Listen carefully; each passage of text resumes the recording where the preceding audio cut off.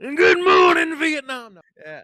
Welcome to the new episode of the French Bishop Chesscast. I'm joined here by Master Chess Dojo. My name is Rogan Joe Sloan, and we're talking about all the chess news of the month that we were off. We are not joined today by Chess Chopin because, well, he's got a life, and that's a good thing. So, we're gonna just start off with some banal chatter about weird and wonderful things. I don't know if banal is the right word. Don't know what it means, but there we go. So, John, what have you been up to of late? Well, besides besides today's 9-hour stream where I played in the title, gained my customary rating points, fortunately, with some decent performances. But I find that it's very tough to keep the mindset properly over a long period of time. The titled arena is 3 hours long. It's like at various moments, I definitely felt like I was losing it, and I had to resettle myself and focus. And that wasn't easy at all. And despite my better efforts, somehow I managed to pull together, another rating gain and prop myself up nicely. Although I haven't gotten back to where I used to be over 2,200 on Lee Chess, I find it profound that all of these non-titled players, there are so many non-titled players who are above 2,200. Like, they have some outrageous ratings. You've got candidate masters who are like 2,500 on both servers in a way. Like, that's why I guess Kramnik and others are like wondering And how these masters, players and they play in the title Tuesday, right? So it's like they've got this outrageous rating. FIDE masters with outrageous rating, almost equaling or surpassing Levy and others who are grandmasters to a certain extent. Although I did find that in today's titled arena that basically the players that I'm competing against also, the vast majority of the title players also seem to have trouble with the clock, which I perennially have. And so therefore I can play a really, really good game, and then I throw it all away in the last 15 to 20 seconds because of the pressure of the clock with no increment. They have 3-0 and they have 1-0 and so forth. And I know the titled Tuesday at least has a respectable 3+1. Yeah, I do understand, but I'm not entirely positive of that.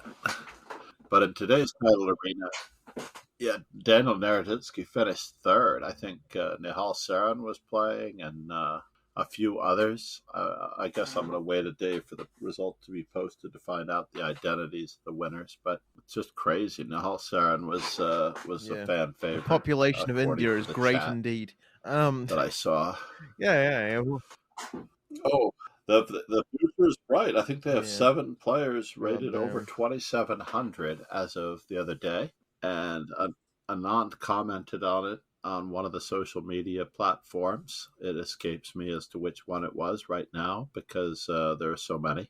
But he was like happy that for who was it that passed him? Oh man, I'm drawing a blank all of a sudden. I forgot too.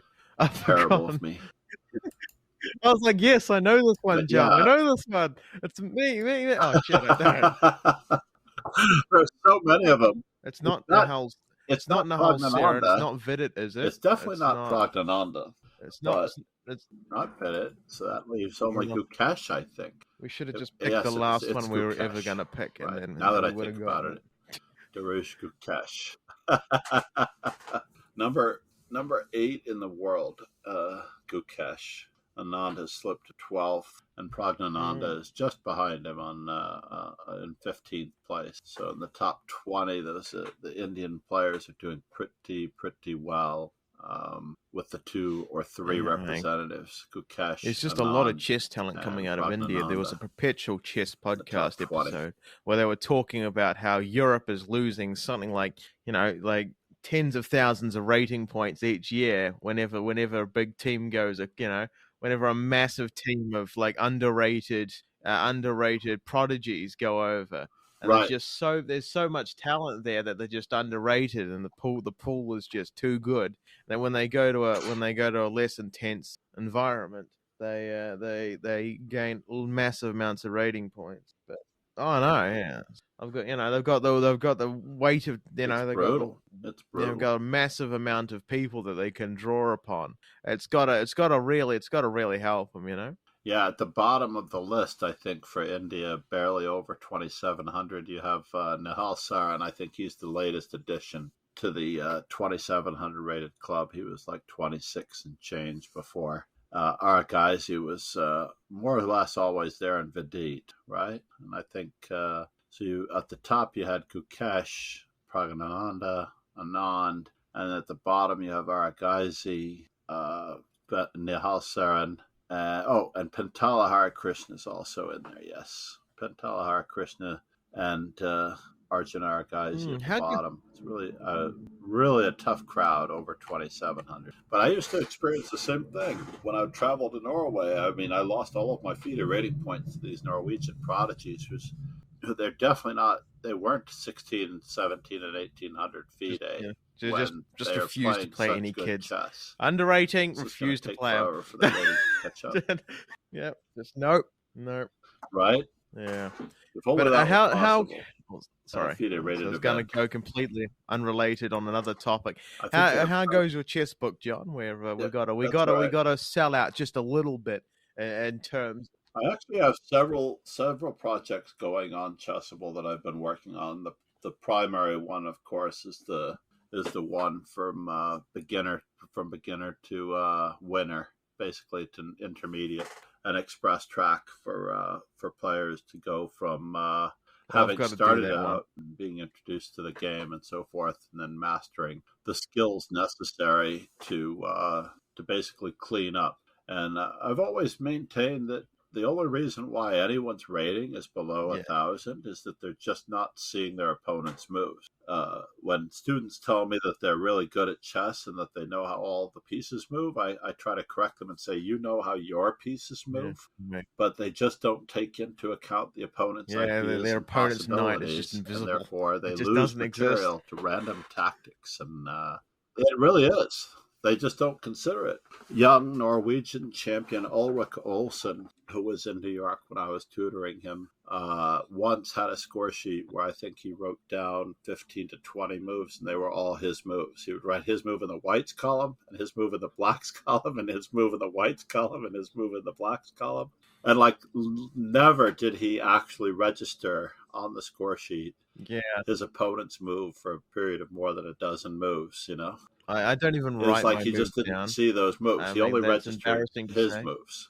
And accurately he accurately described he accurately described how he was down so much material in that particular game, of course, because he's not registering any of his opponent's moves. I can't tell heads or tails. So he gave me a synopsis basically that the moment he was under 5 minutes on the clock, because I don't know if it was a game 30 or a game 45 or whatever, but the moment he was under 5 minutes on the clock, his opponent shoved the score sheet aside and tried to outblitz him, and with the extra The material world ended is up truly losing and getting brilliant.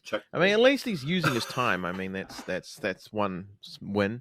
Yeah, Thinker Teacher, I think, outlined in a recent social media post that he just didn't like the fact that you dedicate an entire weekend to classical chess Yeah. and you'd play 4, possibly 5 games across a weekend. You'd spend hours accumulating small advantages and then throw them all away at the end. So you basically, the the brutality of losing a 5 hour No, long as chess much game as and I you were wanted to winning the disagree entire with Thinker time just Teacher on because that you one, overlooked I something was combatively getting is ready too to great. disagree there, but I actually agree with that one. I don't like classical time controls. I like more of a rapid time control where you can play, you can play a couple of games without being, because the difference between me and other players who play classical, they're not better than me. They just Yep. they have the ability to care about what's going on after an hour. So they've got the ability to just sit there and actually. It's almost a war of attrition at some point. It's like, hmm I remember. I remember overlooking a simple combination to win a game in a Chicago Open tournament, and I was playing another young master of sorts, and I just moved too quickly when I realized that he could have, like, he transposed the move order and could have lost on the spot, and because I played the natural course of moves, I didn't win the game. I like right after, like, a move and a half after the position had passed, I realized what just happened, and that I had like rook takes c2 on the black side of a dragon, and his position would have been You have quite a devastated. topical And saying on I was so bothered by it, of course, that I went on to lose You've the got quite a game. topical And it saying was on like, a this. four Natural hour moves lead to 4 hour natural game, and disaster. it's like brutal. That's right. And you have to steel yourself against just playing the natural first move that you see. Anybody who wants to improve at chess cannot play the first move that they see. If you play the first move that you see, or the first move that you're inclined to play, it will usually be the move that is your rating. It is your strength. It is But it possibly a ain't gonna little be bit better, weaker than you. At best, it can only be barely stronger than your rating. That's the first move. Yeah, you have to dig deep for better and better concepts, ideas in every single position. And in order to do that, you have to have that motivation and willpower over a long period of time. And by doing so, then you're actually going to bring your rating up, because your game will actually be exhibiting better concepts and better moves than the first one that you would be inclined to play. It's possible, obviously, that the first move that you were going to play is the correct move, and you have to settle for that. But you must force yourself to look for better and better moves quite if you're true, going to quite become true. a Something better I've and got to better player. completely work on. Just I've got to work on my chess. I keep saying I want to work on it, but then I'm like, do I really? Another episode of the TV show will always supersede me. So I'm gonna have to actually put my nose Right? to the proverbial grindstone and do something about it. So, some of you may be wondering, Rogan. Oh, I've I'm, gone and cut I'm, John off again. Goodness yeah, me, yep, that's all right. No, I was going to say, just to finish that one off, I finally did do some studying for myself. I had been doing some studying for myself on periodic occasions, but mostly it was just studying the latest Chess Informant 156, because they had an excellent article on the World Championship that I finally worked up the motivation for. Because after all, we've seen all the games from the World Chess Championship. We saw most of them somewhat live, if not somewhat live via the highlights on a day-to-day basis. And I actually got a chance to dig in deep to games 2 and games 4 and games 5, 6, 7, because those games were just such brutality as far as the excitement that we were missing. Yeah, I mean, in the Magnus Carlsen World Championship match. fun you can get from And I mean, not that Magnus's game wasn't yeah. exciting. It's just that all the It was games just tended to end in draws until domination they from didn't. the only And then point you could poor dominate. Nepo just Yeah. collapsed. And yeah, once he buckled, it was like an arm wrestling match. Once Magnus had gotten Nepo's wrist to slip, He didn't have the leverage. Nepo could not get his arm back up off I mean, the near touching of the table. It happens, unfortunately. It is what it is. John, you might have to get yourself a grandmaster coach and get him, give him a bullwhip, But yeah, amen. Yeah, once the finances recovering are in post order, New York. I'm still somewhat recovering post-COVID with the purchase of the house. And right, no, it's incredibly expensive to survive COVID in New York City, that's for sure. But on average, I guess in the past month, speaking of COVID and those sad things, in the past couple of months, we've had a couple of losses. Most notably recently, the passing of Jeremy Silman, who was a remarkable author, and he touched the hearts and souls of many of the world's amateurs with his How to Reassess Your Chess, the Amateur's Mind. I'm happy to say that I did know him, and I met him and talked to him on a couple of occasions, and I even got the chance to feel his wrath when I had accidentally edited, or I don't believe I reworded it. I think I shortened his sentence in some article to not have some widows in a Chess Life magazine article. And I didn't realize that I wasn't allowed to do that without consulting him, as he literally called me up and let me have it for editing his Chess Life magazine article. I didn't edit that much of it either. It was just like the one last paragraph that I needed it to fit on the page, right? Yeah. because you have to place ads and you only have so much copy space, and I had to put it in there. I didn't necessarily want to take out a diagram, which is probably the easiest thing to do, and then throw a cartoon in, which if you see cartoons in chess magazines or magazines of any sort, that Right. means Yeah, that and they're I filling that understand. I space because used to the do author editing didn't for a do school it. newspaper. I know my humble brag right there. That's me, big time editor there. But yeah, so I'm sorry, I had to step away for a second. A Yeah. big, yeah. No, your editing. No, but your editing prowess speaks for itself. Working for Chess Dojo Live and others, Oh, including you myself, on you various give me too much occasions, credit. I mean, I'm making us look literally too good much credit. Um, when needed. Yeah, sorry I had to step away for a second. I've got a big old blackbird on my like. I've got the stairs I don't. coming down from the second floor, That's which all I'm right. I on, don't. and there's a big bird just sitting on the stairs on the way down. He's found his way in. He's just sitting there stunned. He's like, what have I? Where am I?" So I was not. It happens all the time. Someone opens the door. That's not a raven. I mean, if it was a raven, I would be a lot It's happier not a because I've raven, always is it? had this small It's not a want to raven. like befriend a raven or something, and then teach it about the concept of money, and then basically have a flock of ravens giving me small amounts of money. But that's a different story for another day. Yeah. Yeah. So basically, what you want to do is you want to reward As them I've heard, those are with the better and smartest of better birds. food every So time they bring you something of higher monetary value, and then hopefully you get a little bartering system going. And I mean, you got to think outside the box here. I like it. I was already hit the month before Jeremy Silman passed because the author, or the founder, I should say, the founder of Chess Informant, which really educated decades upon decades of the world's best grandmasters. Alexander Matanovich died, I think, in late August, and he was the founder of Chess Informant. And Chess Informant, prior to the ChessBase era, was the main source of Yeah. information. A couple of times a year at first. It came out every 6 months from 1966 Tis the through around 1989 or 80, in the late 80s.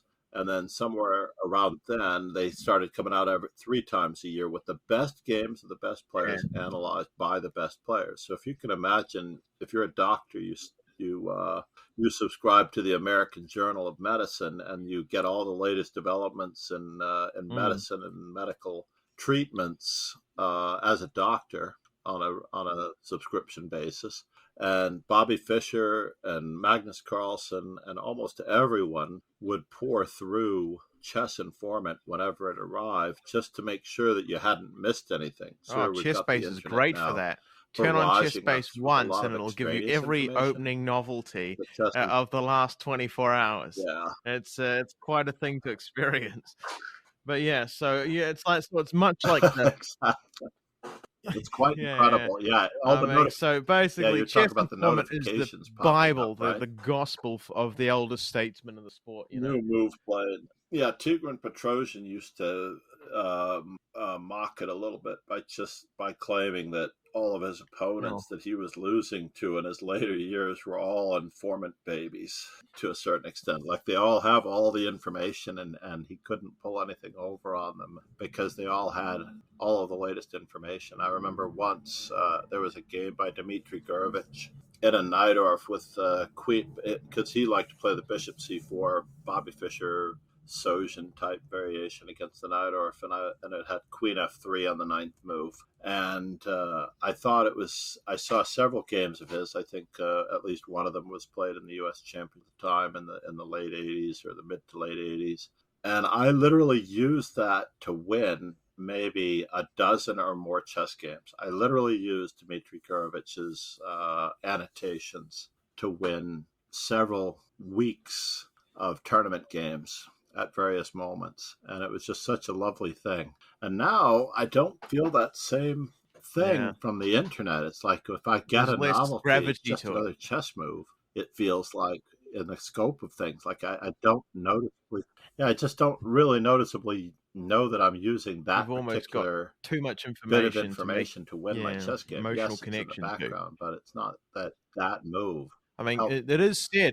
It is said in Yeah, order it's to way too remember much something, there must be an information that's emotional going on. connection to it, and After that's all, how many Scrabble players remember large varieties of letters yeah, that can make the commonly drawn letters. They have to have an emotional attachment to it. I mean, for instance, you'll probably remember the word you lost to and the right? set of letters that you lost to. Even And yeah, Oh yeah, exactly. You have to have that emotional attachment for the memory to take hold. For example, I remember when Alexander Wojtkiewicz would log on to the Internet Chess Club, and I could literally see him playing through.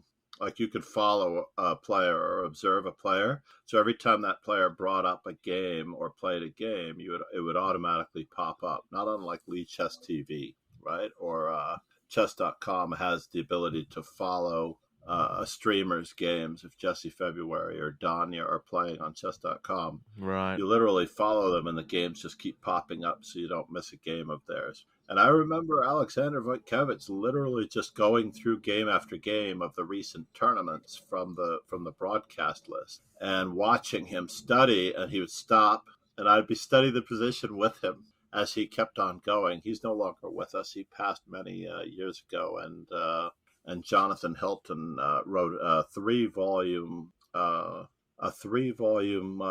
tribute to his openings, Wojo's Weapons, and it basically used the Catalan and many other openings as white. It was Wojo's Weapons is white primarily, from what I remember. I have the books behind me somewhere. I'm not going to dig them out, but Jonathan Hilton was an aspiring young man in the chess world, and he studied under Alexander Wojtkiewicz, grandmaster from Poland, who traveled the world. He was a little bit of an entrepreneur. Like he would come back from the Olympiad, and he would sell me actual Right. chessboards. Like he brings back, several dozen or chessboards that were actually used in the Olympiad that year, and he'd bring them to the Marshall Chess Club, and he would literally sell all the chessboards and chess sets that were used in the Olympiad that had fallen off the truck. I can't even imagine how he got them to New York, but basically, yes, this is the actual board that was used, and Wouldn't in be the a terrible Olympiad, he business had idea. maybe a You dozen and a just half of you them, pay if off all not the a few top dozen, players for an hour and just get them in selling a them big for line. about Conveyor belt yeah, they were signing nice all the wooden. chessboards. Just It was very cool, and I was like, mm. okay, of course I want one of these wooden chessboards that was used in the Olympiad. I know. Now I have too many wooden Well, chessboards, man, and what a it's among horrible them, thing to as have it too turns many out, as wooden we've chessboards. accumulated chess I mean, this equipment over man the here is years. suffering truly. You can only use one. It's all right.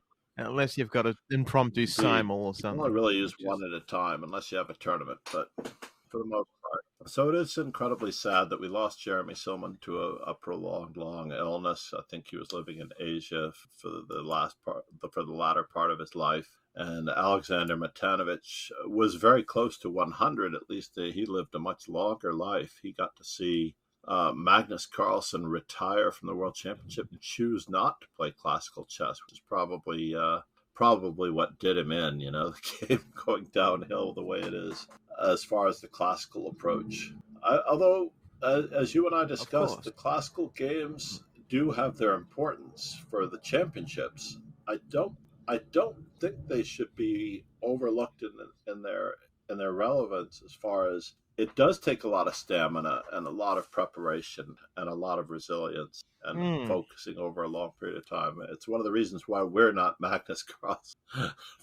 It's really sad, but if it could be done by everyone, which is what Blitz, yeah. Rapid, and I probably represent, everyone dislike can it because play I'm not those, as good at it as other and people for very tend to. small And playing well. the only reason I dislike classical is because I feel people have an unfair advantage by simply being Yeah, simply being not as good.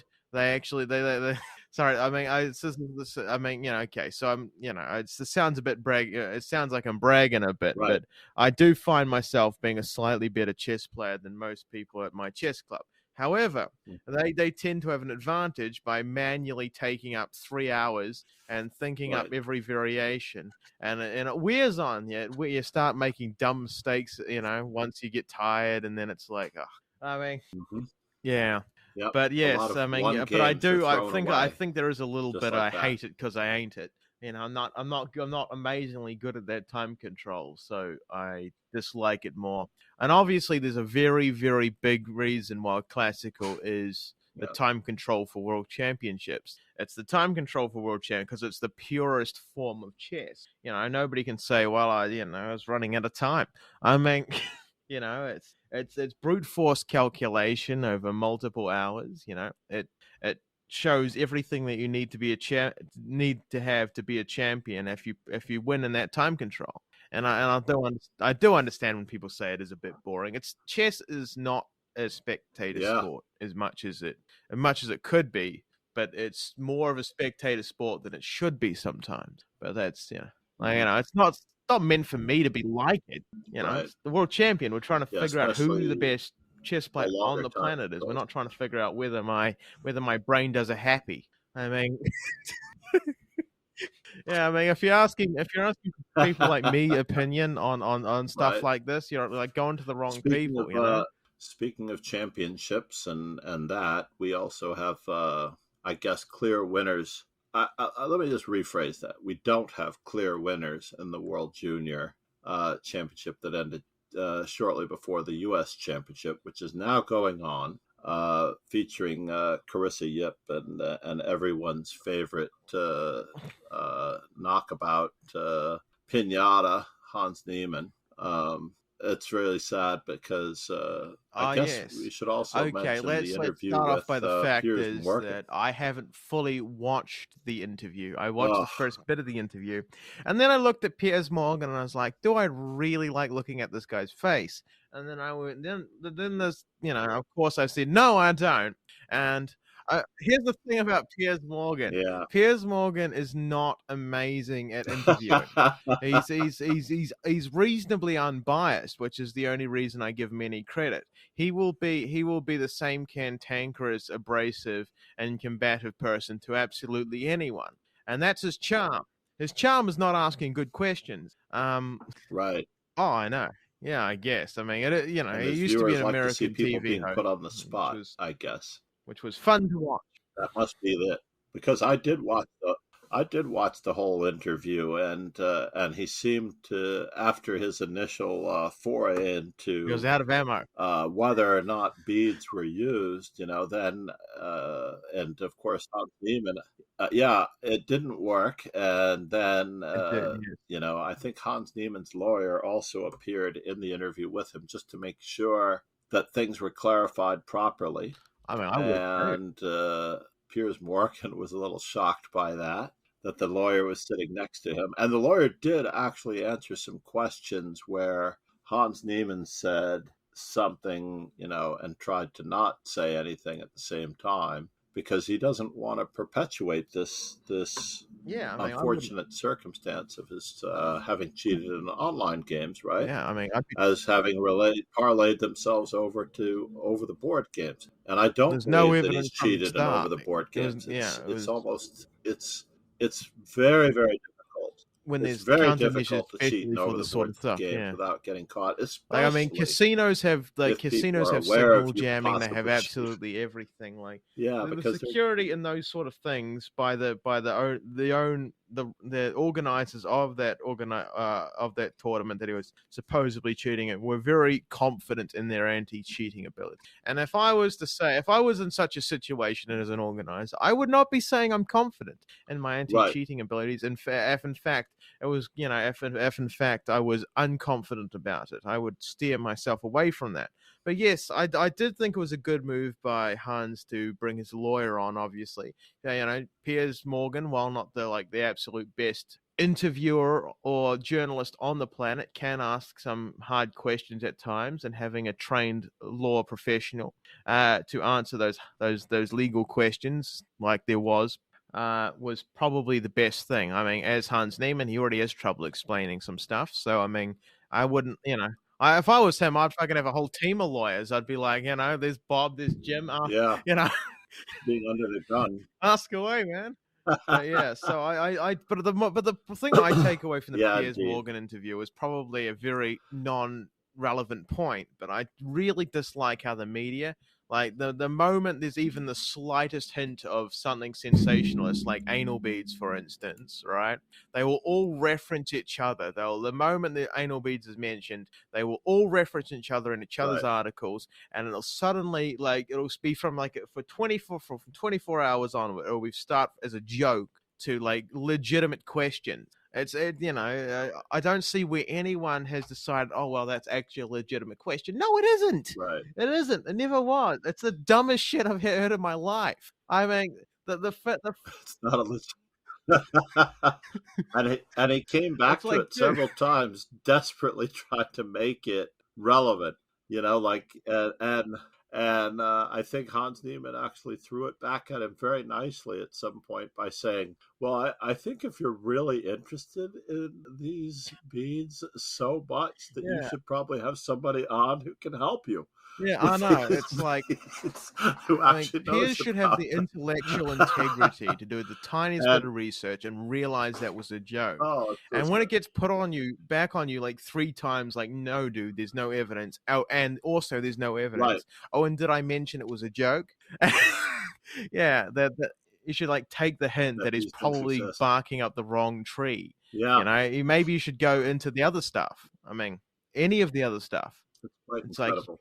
Right. yeah. And speaking of the organizers, right? The St. Louis Chess Club, which ultimately was the first organizational victim of this thing, because Magnus basically accused them as an innocent, as a bystander, Mm. in a drive-by, accusation that they were not doing their job, and they did, make sure that nothing was happening, and he was still doing fine at that stage. Obviously, I would be shaken, I Yeah. think, if the world champion walked out on me and nullified my win, and threw me under the bus for what I'd done as a child, whether I was 12 years old or 16 years old, because here in the United States there are laws that Mm. you cannot necessarily bring about stuff that someone has done as a child I mean, out even for into the crime, public eye. statute of limitation. It's like these things are supposed to be I mean, even for crimes, treated it as a probably juvenile isn't. record and not an adult It's record. probably not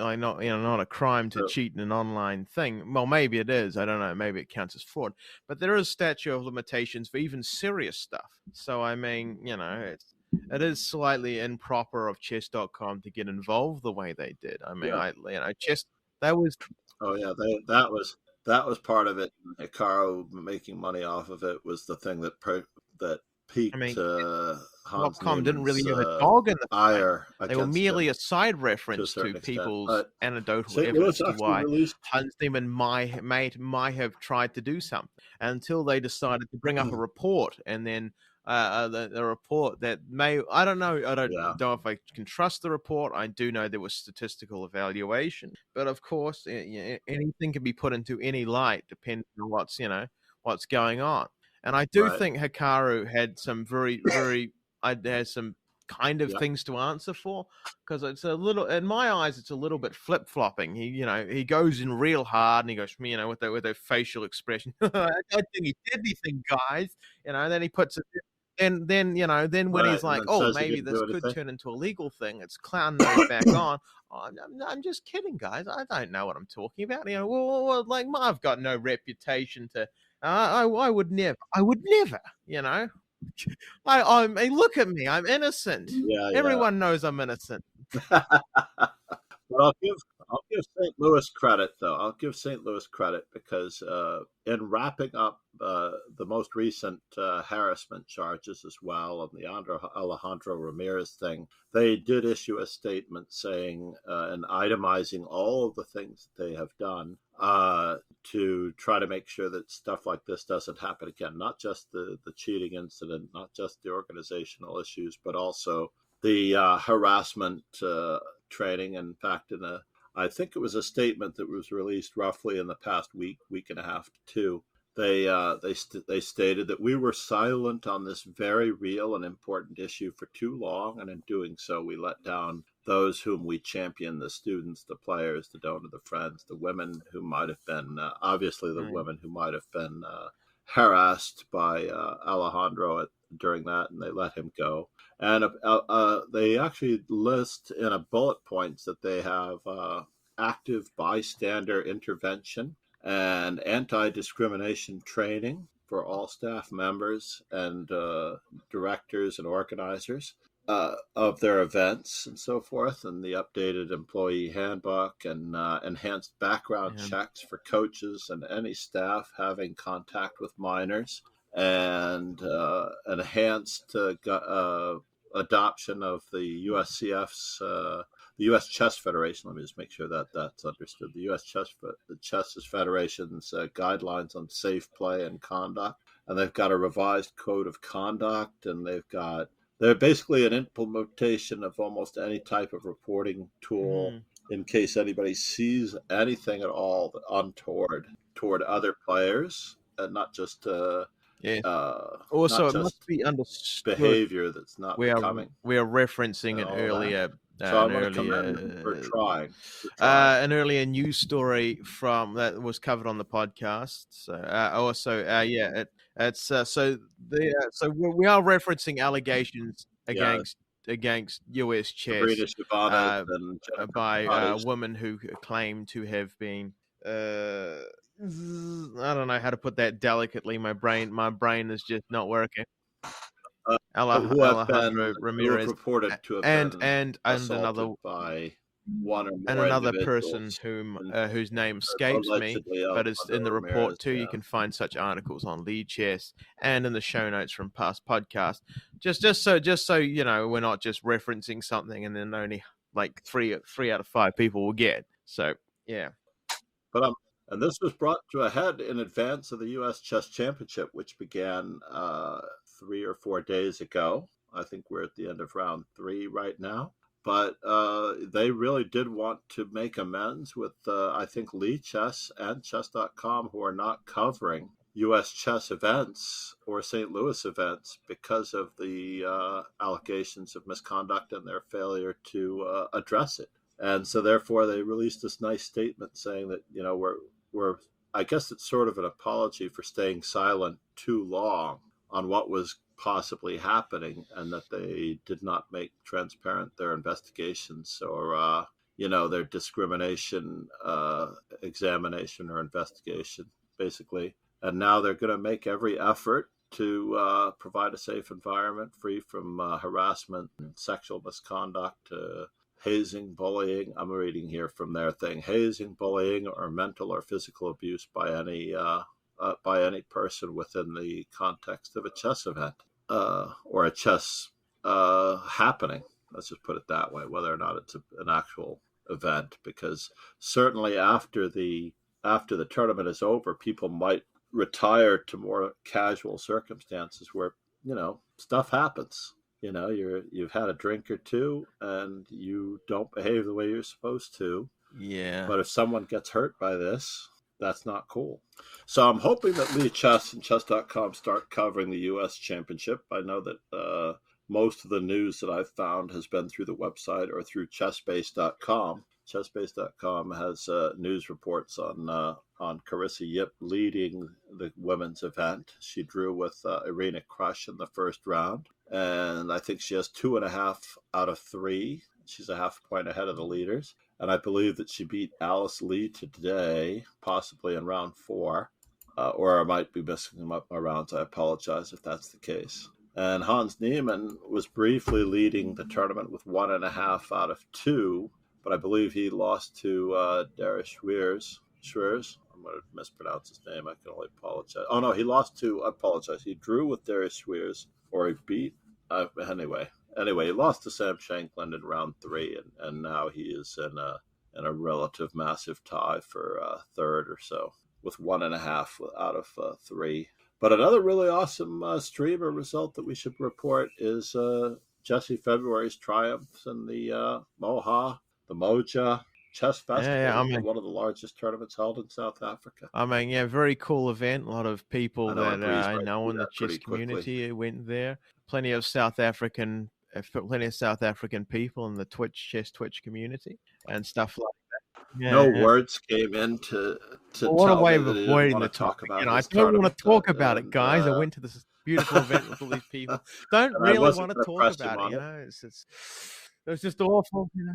I do want to fly in myself and participate. I think Mark Arnold actually must have played 1 year. Like, would I have I been a know he played in millionaire? I South would Africa, and I probably don't fly necessarily around the know that world it playing wasn't chess this event, tournaments. But it's but one of those beautiful things.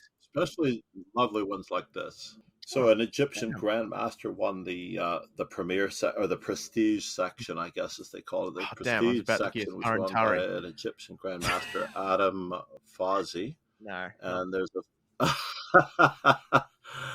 Ariantari did beat Jules Moussard, who is the regular at the Blitz Society bar in Paris when I was there. He was there frequently, at least on more than Yeah. a couple of occasions when I was hanging out in Paris over the summer at the Blitz Society where you could play chess. So Jules Moussard is a top grandmaster. He was playing for just drawing a blank on what club sponsored him. Now we're talking about the European Chess Club Yeah. Championship, I guess. Ariantari did perform well. He did perform well, and he performed well for Offerspiel, who won the European Chess Club tournament. I'm very proud of them, especially since I'm a member. I'm a proud card-carrying, paying member of the Offerspiel Chess Club, founded by Magnus Carlsen when he had a tiff with the Norwegian Chess Federation. Actually, he was threatening to start his own chess federation in Norway. If people did not know about this, there was a sponsorship issue involving companies that may or may not involve gambling. I think it was USA Bet.com. I'm sure I you'll be fine. apologize for butchering their company name, but basically it was a gambling. It's one of Magnus Carlsen's sponsors, and the Norwegian Chess Federation sort of refused them recognition. That's why they're paying because me. they had a relationship to gambling. That's why they got money, bro. And Magnus Carlsen says, "Yeah, no way are you going to keep these guys. They've got money. They want to bring it into chess, and we're not going to stop them." So Magnus Carlsen says, "I'm going to start my own chess entity," which ended up being the Offerspiel Chess Club. How much do you have to pay Magnus to do his chess club thing? Replacing the Norwegian Chess Federation. Yeah. My membership? Excessively it's actually very cheap. nominal. It's less than $100 a year. It's like $70 a year. Kidding. $70. But it is excessively cheap considering that I play frequently in events for them online as a member several days a week throughout the month. They have a league each month, and I've got much Offerspiel merch in my office here. A couple of hoodies and a couple of T-shirts that I'm using on the back of my chair to advertise them. So it's not if you get the wrong really size, a paid advertisement. I actually had to work my butt off to earn this merch. If you get the wrong size, I'll send you my shipping address as a league prize. A league prize. They didn't give this. Yeah, I actually thought I got the size wrong at first, but once I wore it a couple of times, it was the perfect size. So I was lucky. I was lucky. I've always said that free stuff is always the right size. Large, and I was really worried, especially when you're trying to. That's right. Especially when you're doing what's the right word? When you're ordering European sizes versus American sizes. Small, medium, large, and extra large, and then the Europeans are always thinner. They are thinner and healthier, so they're large, maybe much smaller than an American large. An American large is like a camping tent, just without the poles. All the time, you know. Yeah. Exactly, steak and potatoes. But yeah, I'm proud of Jessie February for representing herself, and it was cool to check out all the other players and this all these strong South African women festival. International Masters. Pretty good. Chess Extravaganza. Yep. Sorry, I'm being me again. So yeah, that's all right. You're being a little facetious because the ratings of the women's international masters and there's even a WGM who's around 16 or 1700 FIDE, and it seems rather incredible that WGM's. But I believe that they've qualified for the World Championship cycle at one point or another in their career, and that's how they got their grizzle. titles. almost slight murmurings of honorarily. in Vietnam, but I'm kidding. But like, yeah, I do think there needs to be a tightening up of these titles. They seem to, you know, Right. I mean, like this these national masters running around with. No, I'm kidding. I'm kidding, John. Yeah, yeah. But I'm proud of my club, Offerspiel. They weathered through it because they have participated in this before. And of course, when you have Magnus Carlsen playing and you don't finish in first place, Reincarnated it's Babe like Ruth. being a Yankees fan in New York City and George Steinbrenner, the old, or having Babe Ruth on your Yeah, team and not yeah. winning the not even qualifying or winning the World Series, right? It's like Which was Michael which Jordan. at that one moment in time, it was almost unheard of. I think the Red Sox broke them though.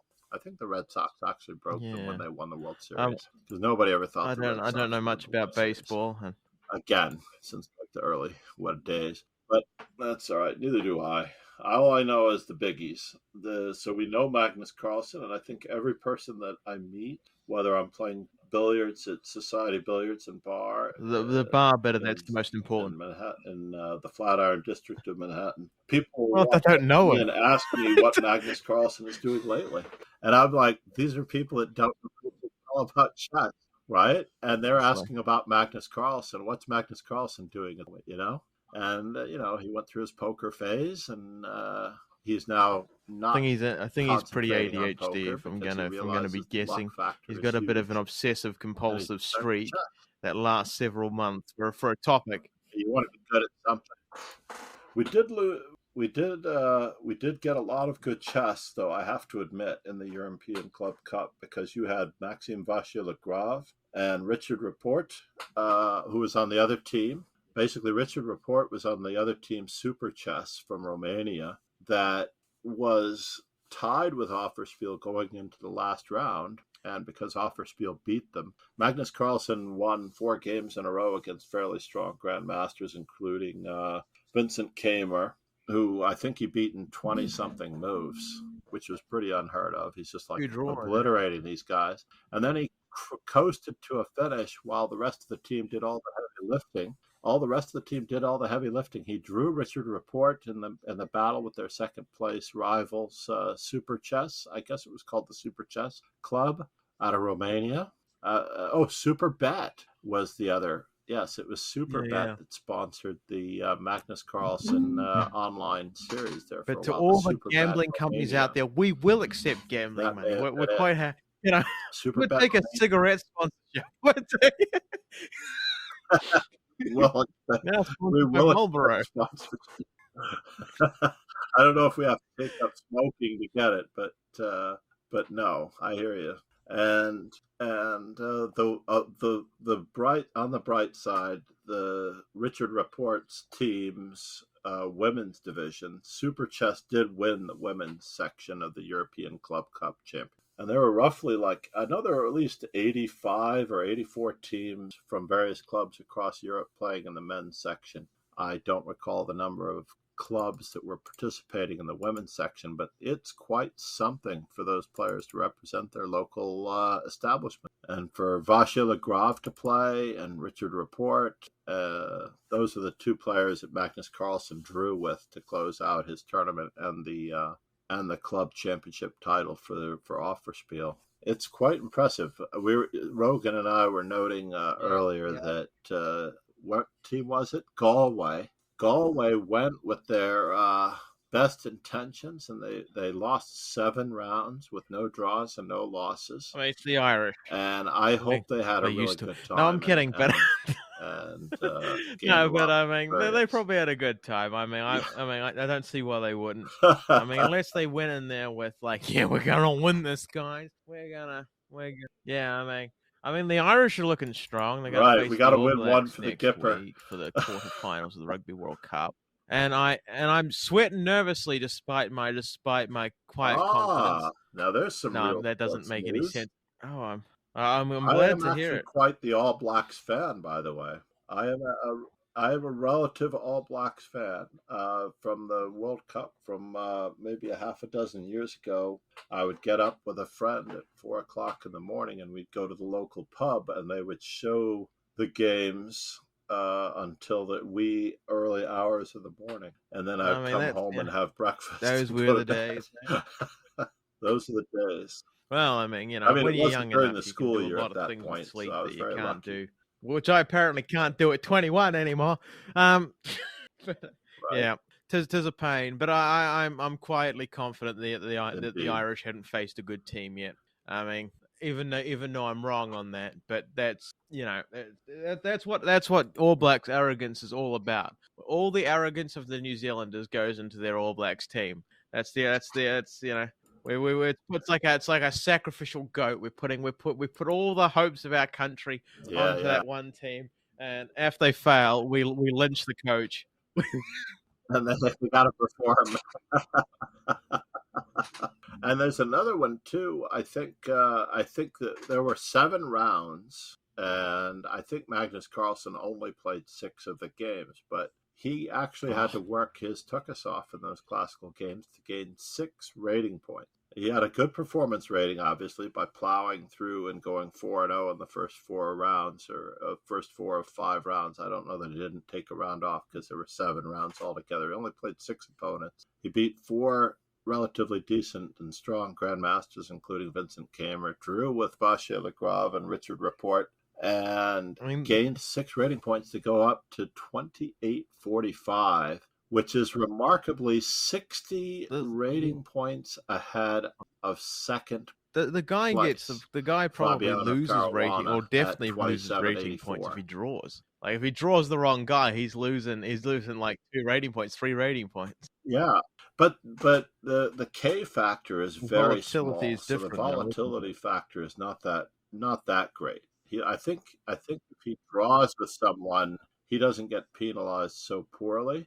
But even if you lose, so I know that for those of you that don't understand how the calculation of ratings are done by events, one common way of looking at it, which is the most frequently understood way, is that once you've played, let's just say, 6 opponents, they will average those opponents' ratings across the board, and you will have an expected score. So if you're playing someone, if the average of your opponents was 100 rating points below you or more, as in Magnus' case, then he's expected to score, let's just say, 4.5 out of 6. Let's just say he's supposed to get 4.5 out of 6. And he actually scored 5 out of 6 with 2 draws at the end. So therefore, because he finished with 5 out of 6 instead of 4.5 out of 6, he performed better than the average rating, and then the calculation is based on what the expected score was against an average opponent, and he gained 6 rating points because he performed at a level for the 5-1 rather than the 4.5 out of 6, 4.5, 1.5 score.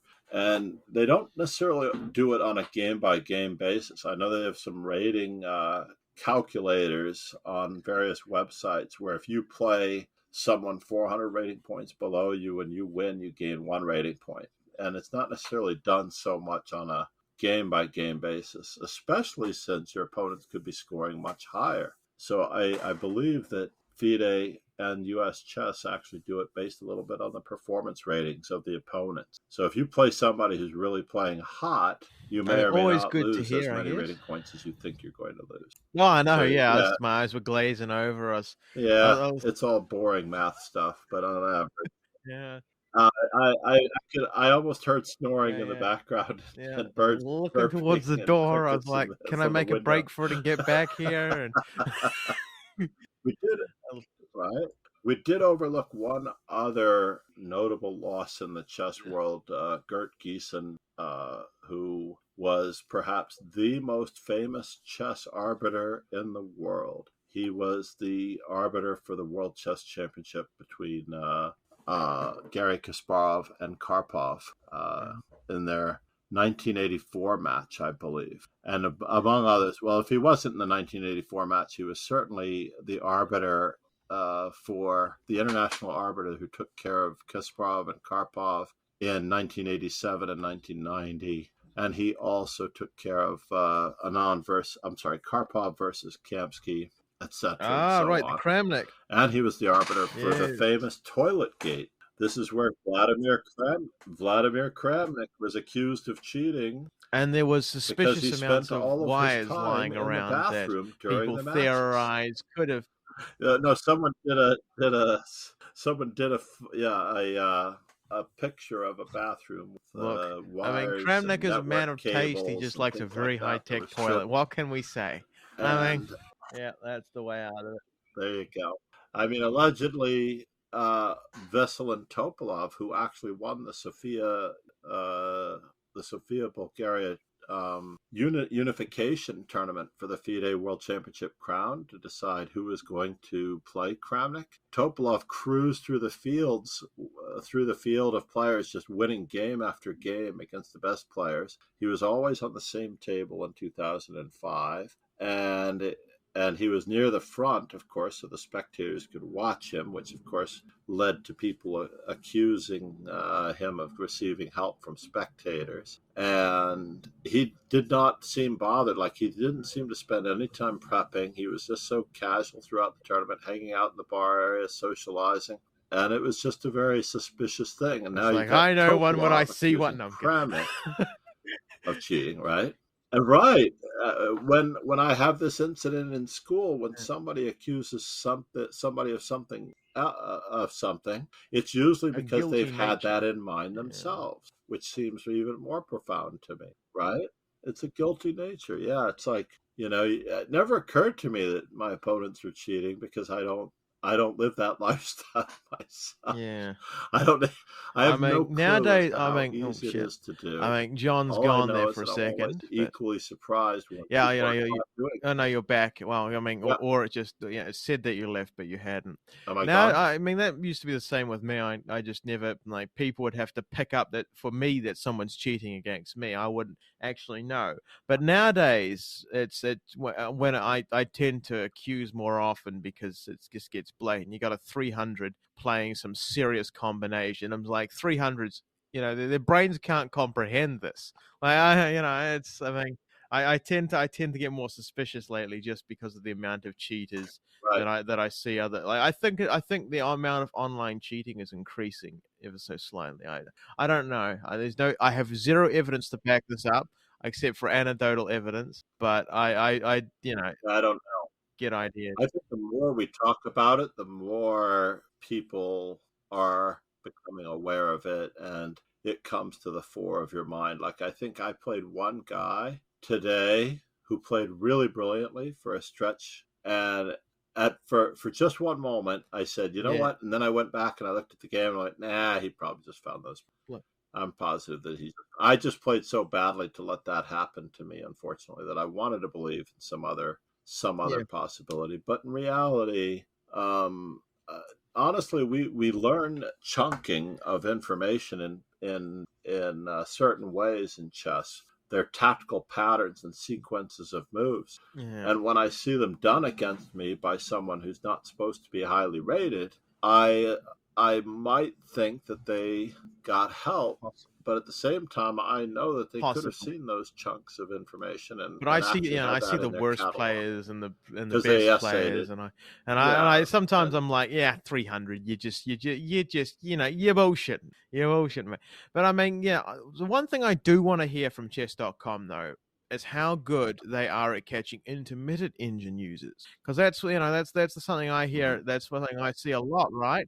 If they play so goddamn well, then you say in chat, well, Right. I'm That's not what I thought accusing this in guy of this anything, game. but my goodness gracious, is he playing perfect? And then suddenly, all of a sudden, without the slightest hint of, without the slightest, you know, change in the wind, they just start playing really terribly after I Yeah, like out of start nowhere, he calling them starts out playing for it. really well. And then it's like, well, and then you report them because obviously they were playing like 100% accuracy Oh before yeah, that, and then suddenly it's just all downhill.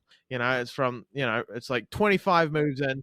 yeah. Yeah, So how does because that like I get reflect the on the? feeling Yeah, how does that that if I reflect just on the used being intermittent caught engine, problem? I probably could get That's a away good with it. I question. mean, I don't see any evidence that Chesscom has a robust system to catch people who do that. I think they only catch the dumb people.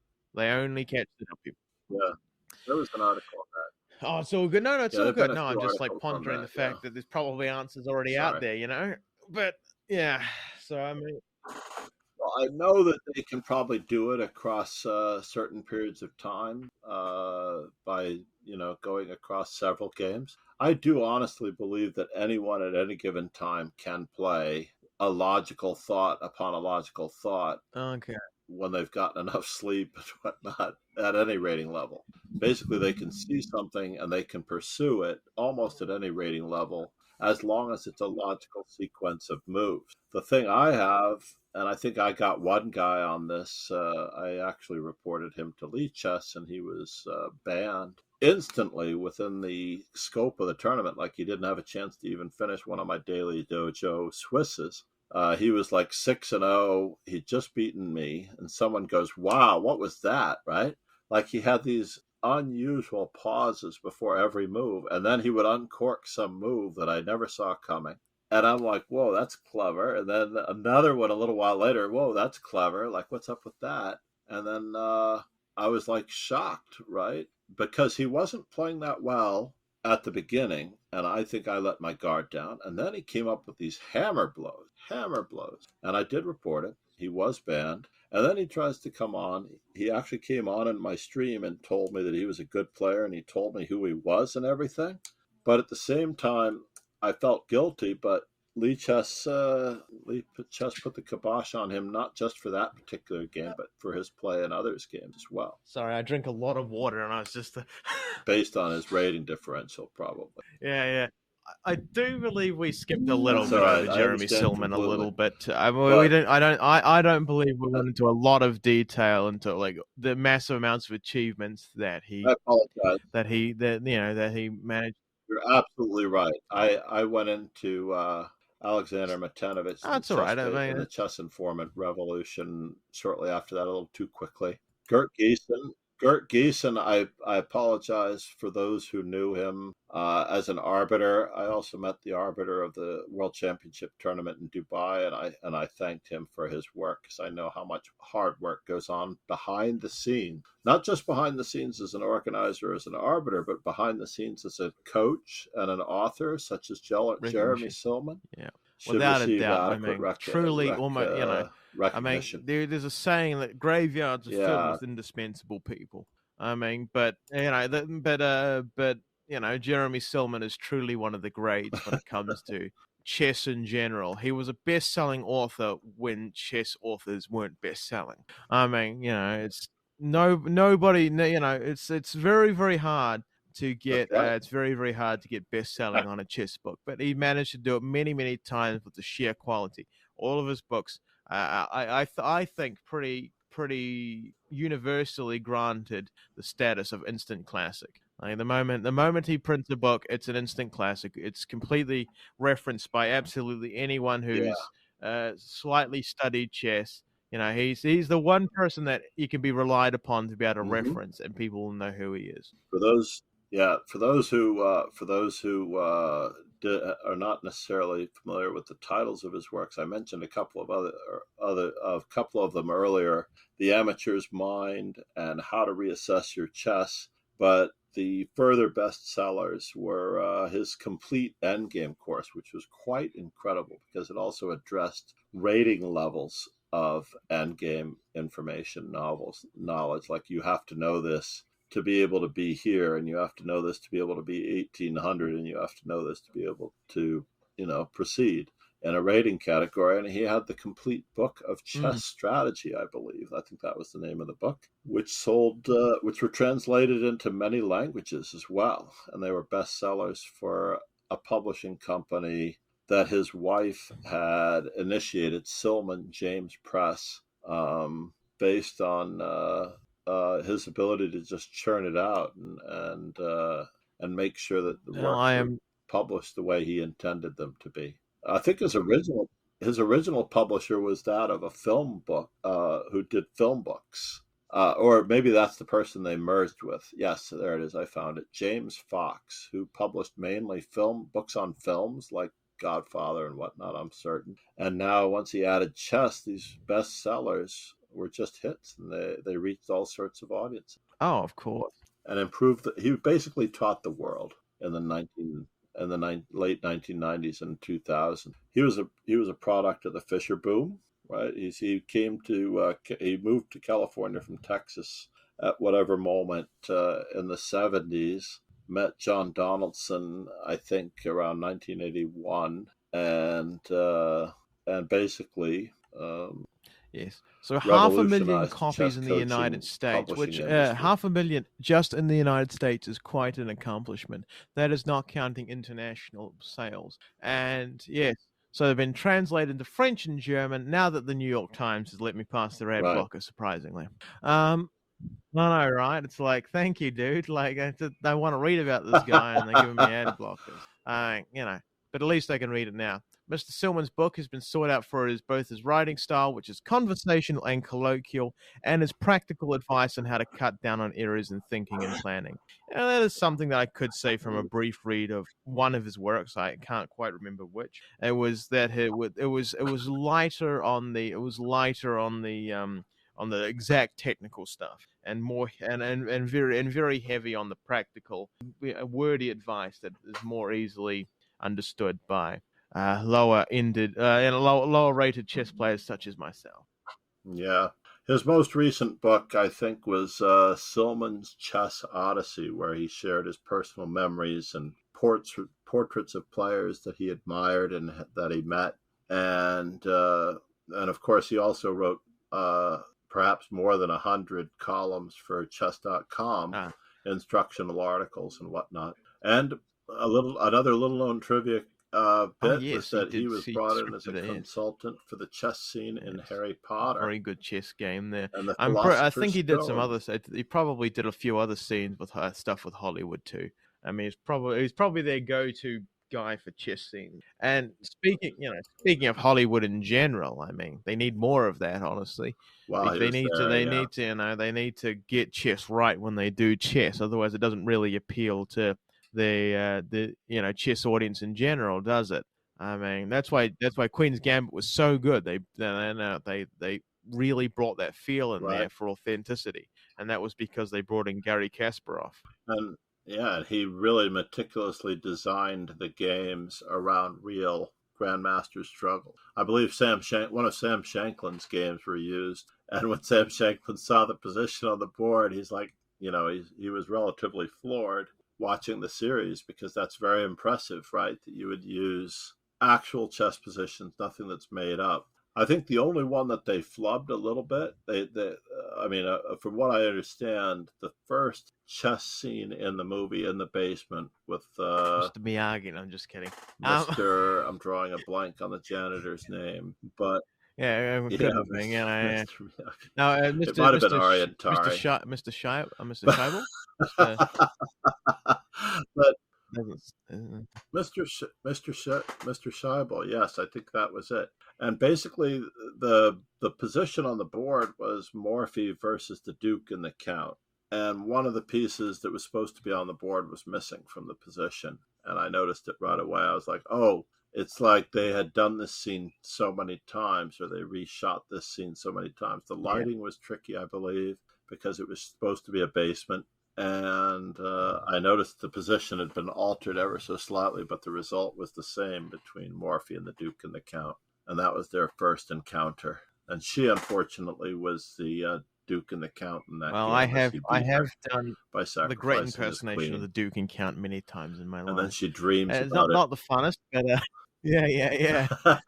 It's like I think I recognize this. Being on the Sadly, wrong I end of the don't think game. I'm more Mr. Morphy. Uh, yeah, I'm not the main character here. I don't Yeah, think. right. I'm not the Morphe end of this Yeah, game. goodness me. Okay. No, no, no. He Can you is imagine using if Paul electronic Morphy had been accused of devices. cheating? Like he's so good. He's like this this newbie guy just walks along and he starts beating all the best players in the I world, know, and right? then he Isn't does that it in just 2 years, suspicious? and then he Maybe retires, right? Chess.com Very should do a mysteriously to report on become a that or something. lawyer, never to play chess again. And you're like, Yeah, yeah, they should actually run his using an games engine or something, you know? through the analyzer and make sure that he wasn't getting any assistance. That would be very cool to do because I know that in my instructional streams when I do, let's just say, Vasily Ivanchuk's games or any other prominent figure, for example, I will notice how often they are playing the best engine move in their games. And at the time, though, the game was played, there wasn't an engine strong enough to find these. You already know that they didn't. Like, Alicon did not have access to Stockfish, yet he's playing the number one move every time. And it's quite incredible. Like, when he needs to close it out, there is something a reassuring about not having there. engines back in the day, I guess. But no, you could never say, I was getting help from the crowd. Really? Really? It was getting help from the crowd. Who's going to be better than you in the crowd? I mean, right? it's like, oh, it was getting... Exactly. Well, that was the scam of the Great Turk, the chess engine, the Turk. It was a box that was supposed to play chess against any and all comers in a carnival type fashion, and they had a chess international master played Napoleon, hiding I think. inside the box because they didn't. all right. They didn't have the technology to do it, right? Yeah, Paul Morphy's life, it was very sad, unfortunately, that he retired from chess the way he did, because he just wanted to be a lawyer in New Orleans. Everyone wanted to talk. He memorized the entire legal lawyer. code at the time. Also, he always wanted to talk. He wanted to talk law, and everyone was like, "Well, can we talk chess?" Yeah, right. And he can't actually be. He can't actually do anything legal wise because people would make bogus appointments with him to discuss law. Yeah, I mean, it's unfortunate that he couldn't escape. Fun story though. Wilhelm Steinitz met Paul Morphy in New Orleans, I believe, on the street. I mean, which is kind of a coincidence. I mean, a lot of these coincidences that probably aren't coincidences, but well, I think he's. I know. I know for a fact he was seeking him out to find out if he had any interest in being world champion in advance of the 1986 World Championship match, which started, I believe, in New Orleans. Zukertort and Steinitz began that match in New Orleans and then traveled across the lower part of the United States. And they had several games in Birmingham, Alabama, and then they moved their way up through New Jersey. One of those things, and then right? They finished at the Manhattan or Marshall chess clubs. Oh no, they had to have finished at they finished at the Manhattan Chess Club. I just put that way because the Marshall Chess Club didn't exist until it's like, so you go to New Jersey to play chess. What the heck? Yeah, the Toms River Chess Club. That's the shot. Toms River Chess Club, scenic destination, which featured prominently. Actually, the Toms River Chess Club did feature prominently in Edward Lasker, not Emanuel Lasker's, the world champions, but Edward Lasker's biography, Chess for Fun or Chess for Blood, I think is the name of his biography, which I read cover to cover in my early years. And Edward Lasker was keen to sneak out to the local chess club when he heard that Emanuel Lasker was going to be giving a final, but his parents had grounded him for something he had done, so he actually had to climb out of the window and across the roof and utilize a tree in the lawn to get to the club. No, that's quite justifiable. Lasker play a simultaneous exhibition, and I believe it was in the Toms River Chess Club. From what I remember, have we any more stories to bring to today, or are we through all of them? I don't know. We'll go. Well, the chess psychology gender bias study that was done for the. Trying to recall the name of the magazine. Hang on, maybe.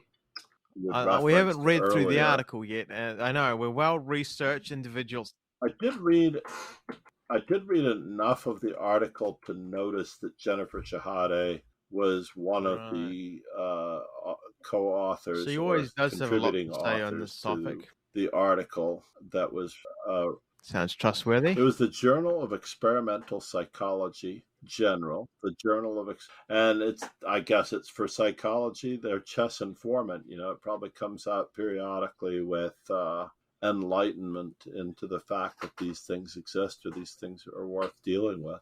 Basically, while it's inspiring to see a fictional woman winning in a space dominated by men, referring to the Queen's Gambit Netflix series, apparently their study revealed across many interviews of several hundred coaches and parents that girls are somewhat biased against in the developmental stages. They assume that they're just going to quit chess and that they're their success will be limited, so therefore they don't get the Right. same attention that the young men do. And it's very unfortunate. I don't necessarily know the Yeah, cultural yeah, backgrounds like who did of they those that interview? Why did they they were interview them? interviewing, but I Did they definitely know remove that, outliers? let's What say, in questions many did they cultures ask? like How did they Spanish, ask them? Did they like? I yeah. mean, it's like there's so many ways that this study couldn't be flubbed just because it's asking.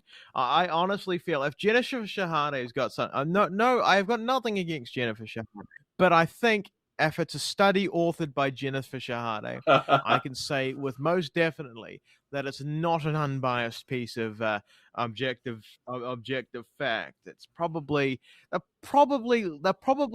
probably not intentionally looking for the results they're looking for. But if you walk with your head in one direction, you're probably going to be walking in the Yeah. if you Well, the author of the article, the lead author of the study, is an NYU doctoral right. student I mean, by the name of Sophie Arnold. I was thinking that. No relation to Grandmaster Mark Arnold, one Yeah, of I my was like students. that But sounds about right. yeah, I know, right? It did Wouldn't sound like that, didn't it? That's why I thought I'd throw in the disclaimer. There are a handful of yeah, Arnolds running around, Benedict Arnold obviously, is a and it's a one. very Sorry. unusual and unique last name. But I do happen to be very good friends with Jennifer, and I have been in her company through over the decades, many times on many occasions, and I understand that you might think that it would be an unbiased, or it might be a bias, but interestingly enough, I've even had this Yeah, experience with many coaches interacting with them yeah. automatically. Grandmaster Joel Benjamin and I were in Argentina, right? And we are coaching both the girls, and the boys teams in the Pan American Youth Championship. This was La Falda, I believe, in Cordoba, Argentina. It was just outside of Cordoba in Argentina in the mountain. And one of the Old in Russian. older Wonder if there's a Russian coaches, whose name I'm going to leave out, who's he's a grandmaster. He's a grandmaster, and he was there coaching players privately. Walks by, and we asked what happened, that and women he can't see goes something diagonals. along the lines, and he basically inferred that he Yeah. didn't expect. Oh, that you yes, you remember the diagonal comment, but he basically also somewhat inferred that he had less expectation of Oh man. success from the students who were girls than he did of the. And across the board, I have to admit that Right. if they and they said they interviewed parents as well, right? I know that many of the parents, even in my communities, favor the sons over the daughters. I have one really cool and awesome student who may or may not have, what it takes to be a champion in the next few years. Time will tell. I believe that he does. He's got the passion. He's got some of it, right? But we don't necessarily know how it's going to play out or how much he's going to focus. But he happens to have a Mm. sister who is incredibly brilliant and who is incredibly talented. Yeah. And if she Does she set her want to mind though? to it, right, she could be amazing. But the parents have no interest in taking them to chess tournaments or encouraging chess for her, while they'll take the son. And this has happened in more than one household for me, where the and now I'm going to refer back to my Norwegian success story. Maud Rodsmoen, who is a commentator for Norwegian television on chess. By the way, she's also a women's FIDE master, and she is the strongest chess player in her household. Was a somewhat of a side note at Columbia Grammar and Prep, where I taught, while her brother Ulrich, who I mentioned earlier in this podcast, was a very strong player. Ulrich was a very strong player, later to become a Norwegian junior champion. But she took, and I would kid him when I was there because she was very smart and she had the character and everything. I said, "Your sister is going to be amazing should she ever actually start taking chess Mm. seriously." Now she does it for a living. And I think Ulrich has moved on to other interests because he's a smart young I do man. have I know that he's finding success in whatever he chooses to do. But I know that Maud did fulfill a right. little bit of Yeah, the I do prophecy only understand that. because she was given a chance. But I believe But I believe that many households just don't give their daughters the chance because I this do generational have a thing is holding I do all have of a us back. slight like I don't It's a attribute generational to thing, I don't thinking that attribute it's to a men's malice what game. I can just attribute to like other things. For instance, I mean not that I'm attributing like not that I think you're attributing malice, but the point being I think that if you I think males, especially young boys, are just incredibly more competitive than and have less agreeableness generally. Yeah, agreeableness is a psychological trait that is way more prevalent in women. That is way more prevalent in women, and you That just is don't get the common same with among a champions. young male. They'll be Yeah, incredibly competitive, and their passion will stem from competitiveness. And I do think parents see that, and if the and whether it's right or not, they will tend to favor resources and stuff to someone who's showing very very clear passion. So I don't know if it's just a lack of. I mean, I would yeah like well, I know where you're coming from. I do know where you're coming from. But I'll also mention that women have the ability to compartmentalize things and not necessarily over focus mm, on one thing or another sometimes, often better than men. They are able to compartmentalize. So, and I'm trying to think, I've had roughly 14 national girls and women's champions. Off the top of my head, I'm thinking that I've had 14 girls and national women's champions under my tutelage, yeah. and almost every one of them were very pleasant I and think nice, as you I think it said. has. But when they I went to the don't know. board, they became killers. They wanted to rip their opponents limb from limb, and they wanted to prove to the world that they were every bit of a champion. One of them, Lilia, who went on to MIT, won many girls. I think she won every girls' national championship from that was sponsored by Kasparov before she retired after MIT to work for Google. And another one whom I promote as an artist, a musical artist, Linda Diaz. She was the sweetest person on the whole, but at the chessboard, she was a tigress.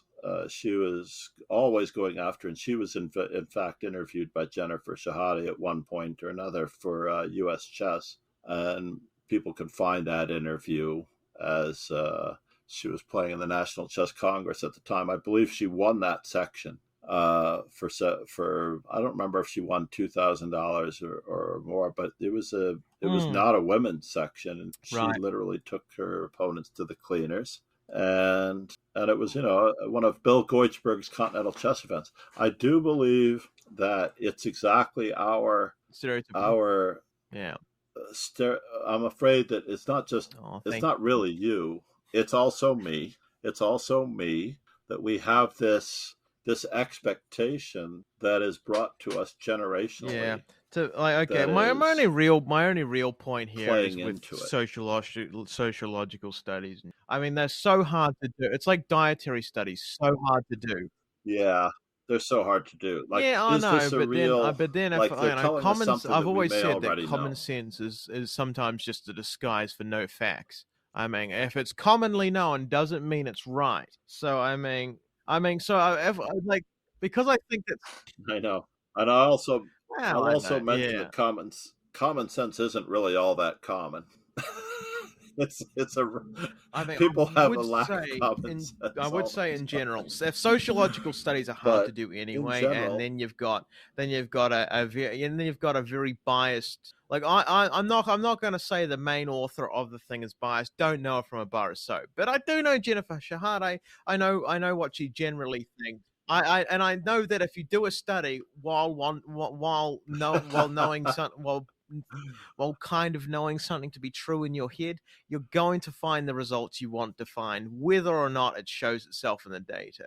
You're going to start making hypotheses to explain outliers that maybe don't exist. it's true that this is a common thing, a common hurdle. In fact, I would say that is this the I'm looking for the paper's senior author. Fortunately, is Andre Simpian, a professor in NYU's Department of Psychology, and the paper's senior author, which I guess something. For just a brief moment, as you said that, I was looking around to make sure that all of the authors were not women.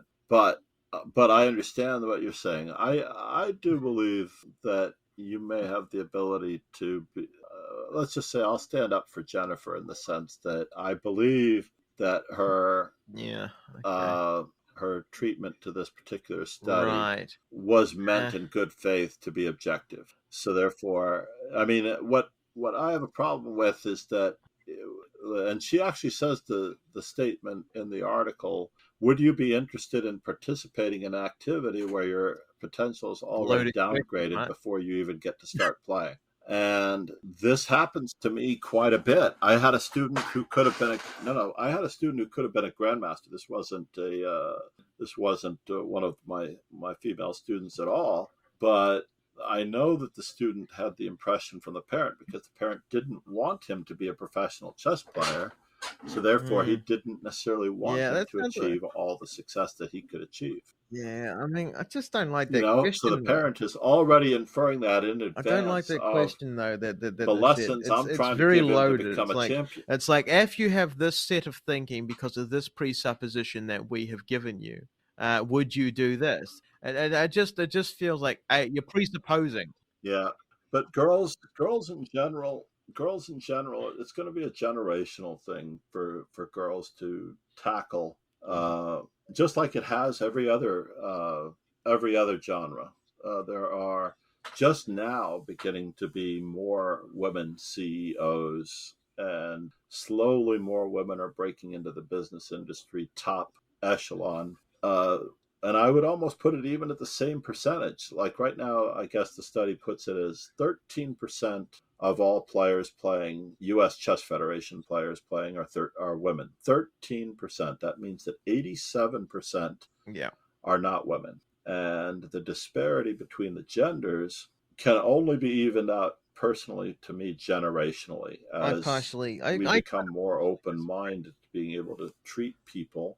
I'm gonna rephrase that. We're gonna Okay, teach I them agree with you equally. there, We have to actually but then teach them equally, I have a point of disagreement. I which is don't think every not happening. disparity is because I think there's disparity in a lot of things because because there's a difference between men and women. There is clearly a difference between men and women. I can say something innocuous and I mean and and then somebody will be huffy about it a month later.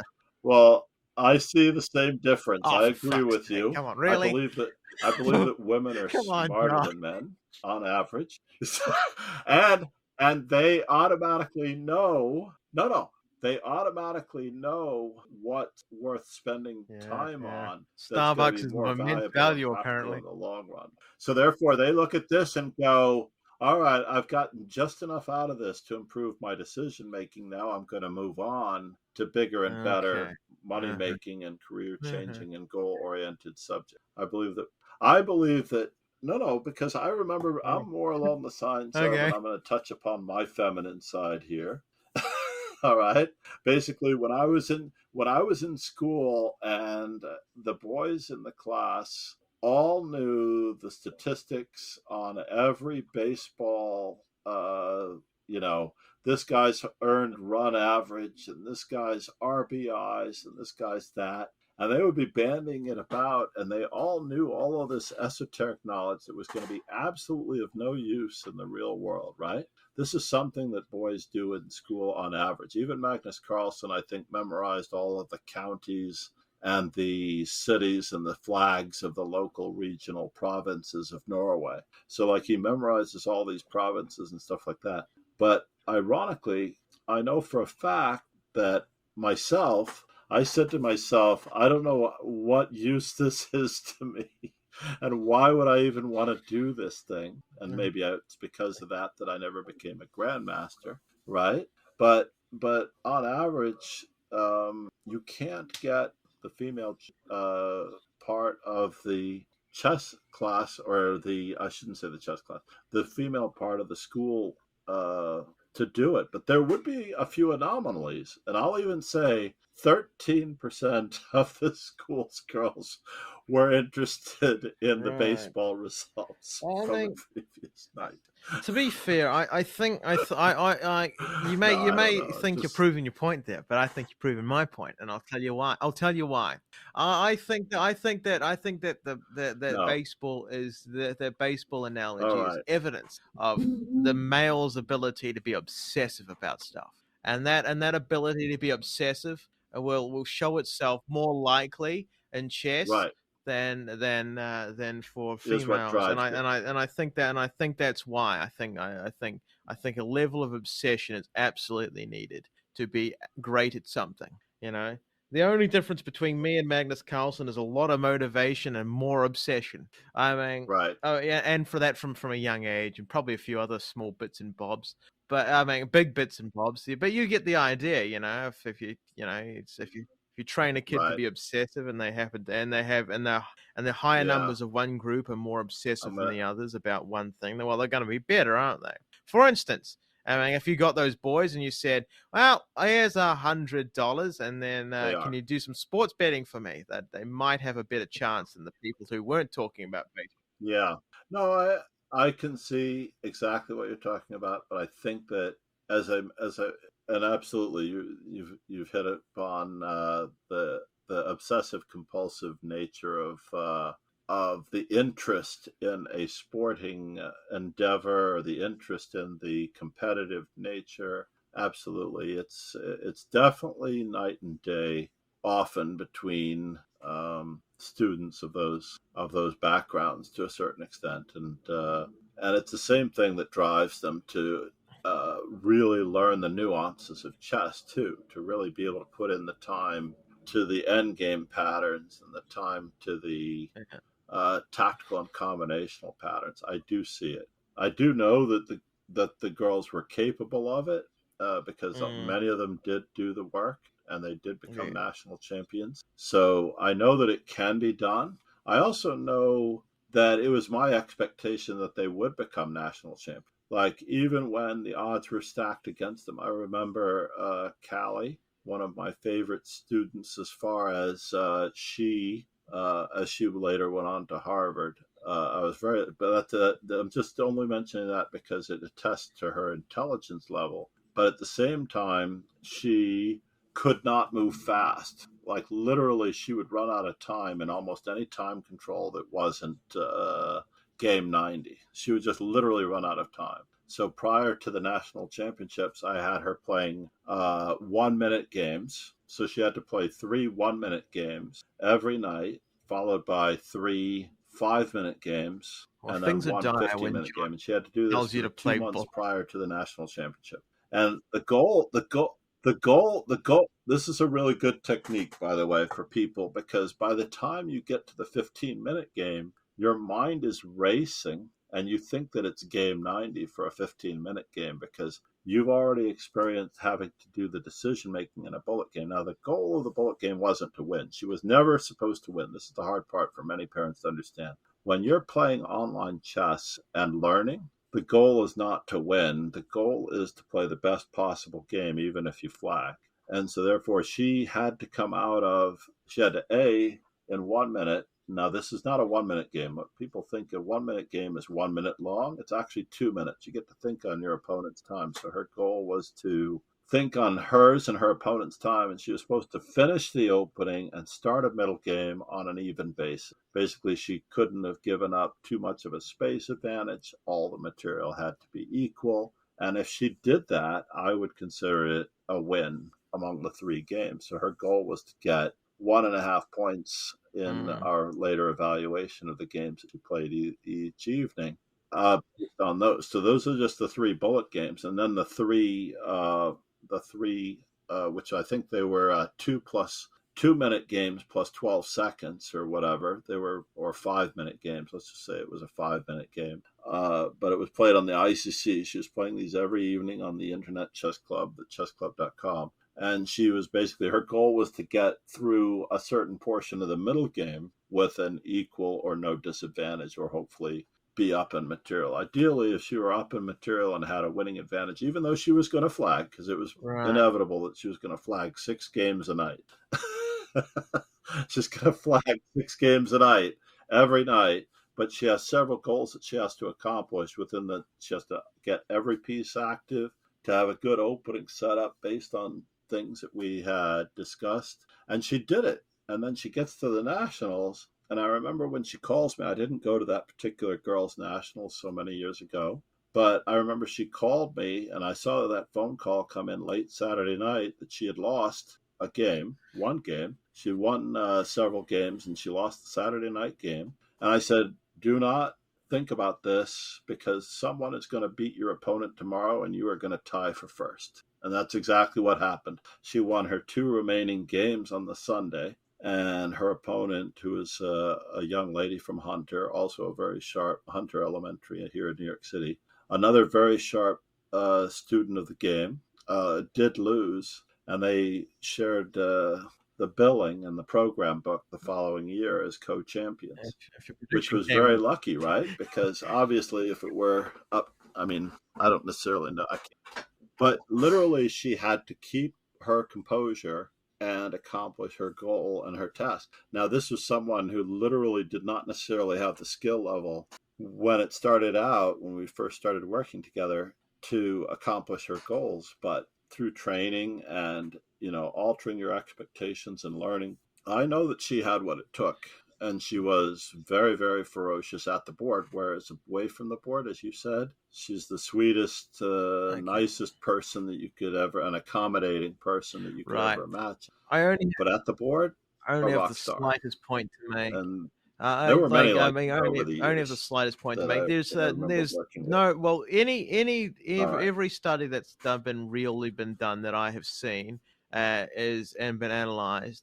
It goes much like this. The women tend to be there tends to be a bell curve. Women's and in math, we'll go for math for instance, tends to be almost a perfect bell curve. They all seem to be fairly decent at it, right? But then when you go to the men's bell curve, it's a very different. You don't have a everyone's reasonably good at it. You have either people are like me and completely terrible at it, complete shit, or they're amazing at it. So it's not a bell curve. It's a slightly you're either really good like a savant, or it's not. There's a vast majority of the population there's a very different there are a very different group of people when it comes to intellectual pursuits like that. It's a very, very different, yeah. So, but it evens out. It evens out. I do believe they both become equal after a certain level point, because some of the men being bad at math, well, equal, that takes away from the people who are amazing at it, and it all evens out because the women have a nice big median. Right. Yeah. Well, the problem that I have is that we just don't. I also believe in the broad base theory, that there's just not enough of a broad enough base to push the women that are, as you mentioned, in the bell curve as high as the men. If there was a broader base, I believe that women could be further up the totem pole of a broader base if there were more women that were involved in the sport itself.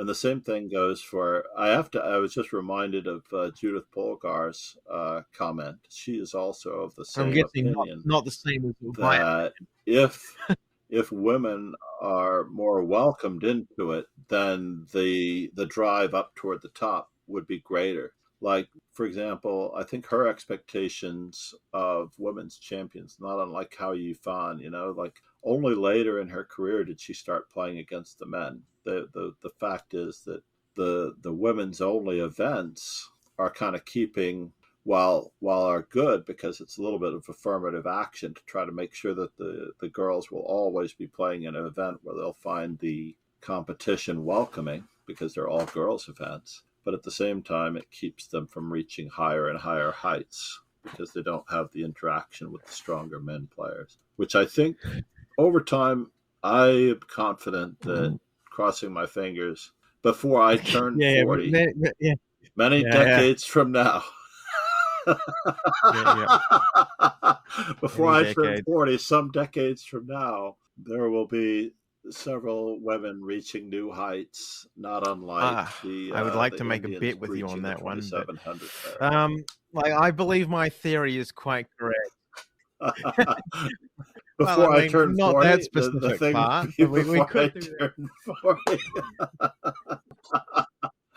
Well, that's like a. You know, I do. I believe. Right? Uh, Anyway, Rogan, yeah, I agree. I agree with you on many points, but at the same time, I do believe that an open and welcome I teaching mean, community and I expectations think by it can't parents hurt, certainly but I can't don't think hurt. it's going to help as much as I am of the firm opinion. I'm of the firm opinion that all the sociological data says that there needs to be a large amount of obsession in a group of people for them to be for high level achievement. And I think there's a strong correlation between natural talent and calculation, and math generally. I mean, it doesn't go hand in hand, but Hmm. there is, Yeah. it'll be. No, we've both had those experiences. Yeah, Hmm. that to be a You champion have of to be leg it down. Kasparov's You don't. You nature, have to you have to not be a give a bit shit of a about your jerk. opponent. Does your opponent look uncomfortable? That's good. Yeah, Yeah, you really have to not give a flying F about yeah. anything, you know? You got to Like, believe that just you like are the the best. freaking fracking Anyone Frank. else who I'm going thinks to they're the kick this best is guy's a goddamn brr, imposter, or a and that girl's you've got to take brr. every advantage you. Yeah, That's right. it's like delusion with the talent to back it Exactly. up. And that's what it takes to reach the highest of If you heights. know what? And not everybody has it. Not everybody has it. Yes. But we only have so much Good energy to drugs. focus in those directions. So that's the end, be all and end all of it. You only. Yeah, I jest. But in any event, no, I think I believe that about covers it. I knew that this would be Oh yeah, there's the probably a subject reason that that we would have Cheshire the isn't most. joining us. He's like Rogan's just gonna What's the right talk our word? ear off for three Most hours, and most. it's gonna be horrible. It is trickier, I have to admit, because while he might be the accommodating slash third party, and I miss him being here to Oh be yeah, able to weigh in he's the tiebreaker. as the objective voice, the disembodied voice Mm-hmm. of Chess Chopin. Yeah, I know. I don't like being Yeah, a stalemate we like missed this. our Come on, just tiebreaker, Chopin, right? placate everyone. Agree with both of us. Yeah. Right, Yeah. exactly. No, yeah, we're gonna have to Meanwhile, sue he's him for devising like. his own podcast right now to try to square Yeah, us yeah. away in I an mean, objective we're gonna have sense to where he get him to doesn't have sign to a offend non-compete either or of something. us. Yeah. Yeah. On that same note, when we were bandying about with Jennifer, I was thinking Yeah, of yeah. asking No, you'll Jennifer never see me to come shut in up and give her faster. opinion in person. You'll never see me shut up That way you faster. can that what's that? Yeah, yeah. I was just like, Where did yeah, yeah, yeah. where Oh did no! Would you Rogan look go? at that crisis? Oh no! Oh no! No, I've suddenly had a change Rogan, of heart. you there? What? Something.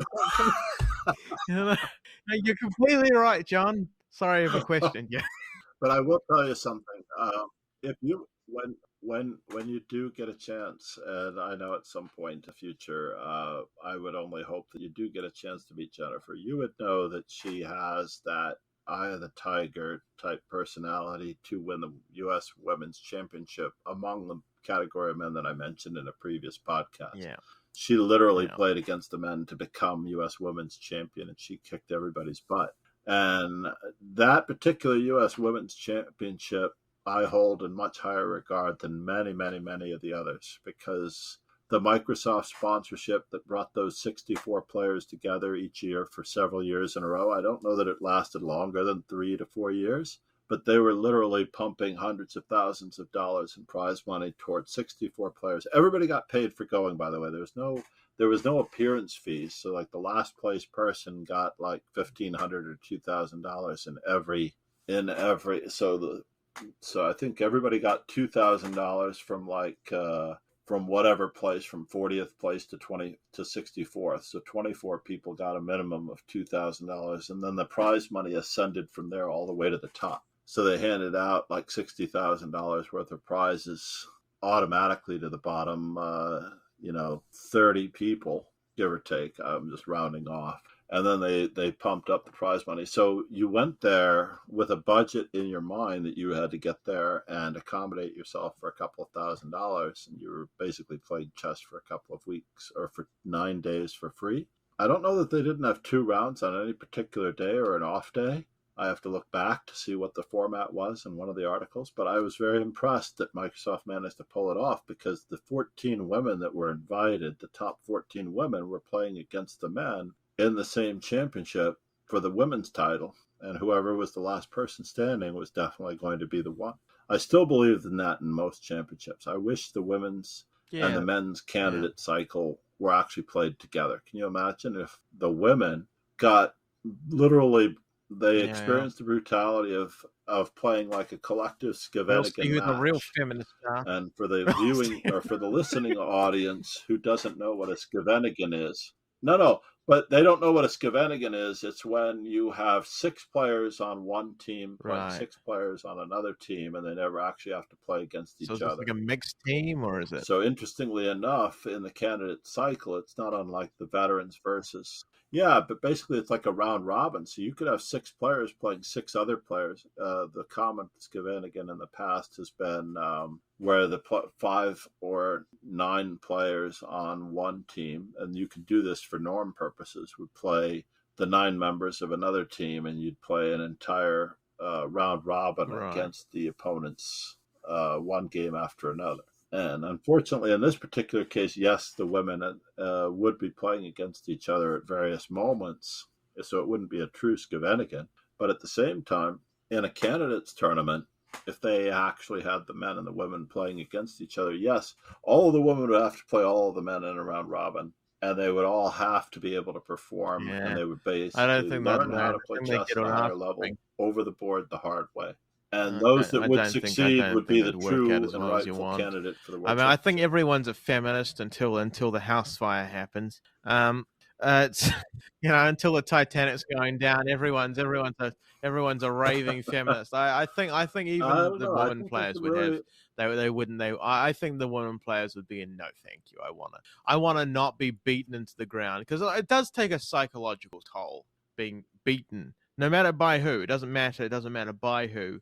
If you, that's true, but you're going to get an opponent in that tournament that is going to be within your reach, because you're going to have the same. Let's just say there are 6 candidates for the women's tournament among the 7 or 8 men. So you have a 13-player round robin among 14 players, or whatever it might be. Right, 8 plus 6, yeah. So you basically have a 13-player round robin, and the highest standing woman is the woman who qualifies for the match for the women's title against Ju Wenjun, and the highest male. So obviously the men have to theoretically win. If the men are beating the women, everyone is responsible for that action. It's not unlike how I think Yasser Seirawan told the story in an interview for C Squared podcast, how Roman Djindjiashvili was playing blitz chess with Cameron Shirazi throughout the U.S. Championship all night long for whatever money, right? And in the last round, Cameron and Gingy had to play, and you only got money for the points that you scored, I believe. And Cameron was 0-13. He didn't have any money. He didn't have any necessarily prize money coming to be able to pay Gingy's his gambling debt to Gingy. But Gingy, and this is Yasser's account, had to give Shirazi a draw so that he would have some money with which. I mean, while we don't condone gambling, and it is an addiction, we do need that gambling company money. So, only if you think you'll win. We do advise everyone to gamble responsibly, and if you do have if you do think you have a gambling problem, you should be calling the 1-888 can be really motivational. Giving in the show description down below. Okay, goodness gracious. I mean, I don't know about all these. You're more progressive than I, John. Wow, I think we covered almost everything. Only because I've had so many girls national champions, and my other favorite was coaching a senior member of the Marshall Chess Club for the women's senior championship, the Women's World Senior Championship, one year.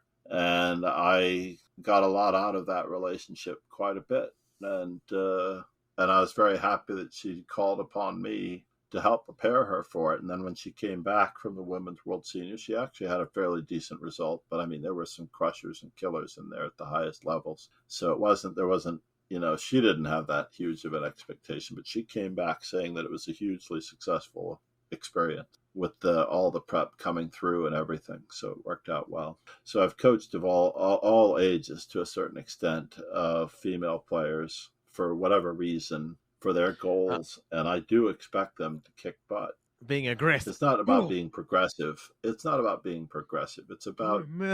just expecting. It's about being able to oppose. It's about being able to impose that successful expectation. So it's like training upon the student. So what you're saying, John, is like chess Cobra Kai, regardless of age or gender. I'm kidding. Just accept it, John. I'm not saying that. I'm saying that this is what all good teachers do. Yeah. There is no doubt in this dojo.